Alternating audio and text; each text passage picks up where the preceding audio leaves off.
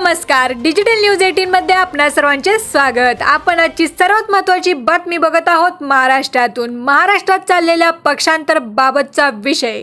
हर्षवर्धन पाटलांच्या पक्षांतरानंतर फडणवीसांचे एका वाक्यात उत्तर। काय म्हणाले फडणवीस? भाजप नेते हर्षवर्धन पाटील यांनी पक्षाला रामराम ठोकला आहे। हर्षवर्धन पाटील यांनी इंदापूर येथील मेळाव्यात राष्ट्रवादी काँग्रेस पार्टी शरदचंद्र पवार पक्षात जाहीर प्रवेश केला। पक्षाचे अध्यक्ष शरद पवार यांनी हर्षवर्धन पाटील यांना पक्षप्रवेश दिला।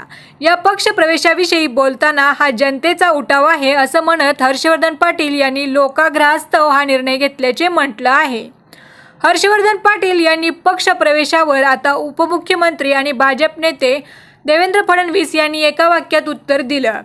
हर्षवर्धन पाटील यांनी 2 दिवसापूर्वी भाजपाला सोडचिठ्ठी देऊन राष्ट्रवादी काँग्रेस शरदचंद्र पवार पक्षात प्रवेशाचा निर्णय जाहीर केला। त्या आधीपासूनच हर्षवर्धन पाटील हे भाजपामधून पक्षांतर करणार असल्याचे निश्चित झालं होतं।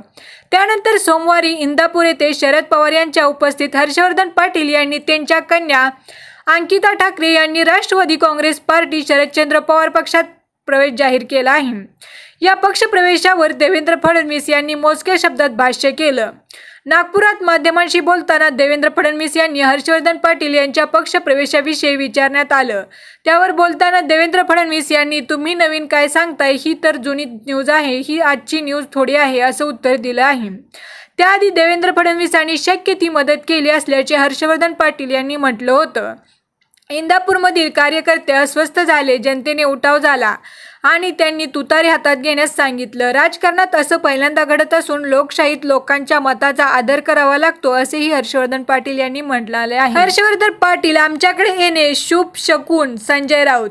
हर्षवर्धन पाटील यांच्या राष्ट्रवादी प्रवेशावर खासदार संजय राऊत यांनी हा शुभ शकून असल्याचे म्हटलं आहे। हर्षवर्धन पाटील यांचं महाविकास आघाडीत येणं हा आमच्या सगळ्यांसाठी शुभ शकून आहे। हर्षवर्धन पाटील यांच्या रूपाने एक सुरुवात आहे। आता कळेल कोण कुठे आहे आणि कोण कुठे जात आहे। ज्या दिवशी महाराष्ट्रात आचारसंहिता लागेल त्या दिवशी महाविकास आघाडी येण्याचा प्रवाह आणि ओघ वाढेल अशी प्रतिक्रिया संजय राऊत यांनी दिली आहे। धन्यवाद। महाराष्ट्रात चाललेल्या अशाच न्यूज बघण्यासाठी डिजिटल न्यूज 18 ला सबस्क्राईब करायला विसरू नका।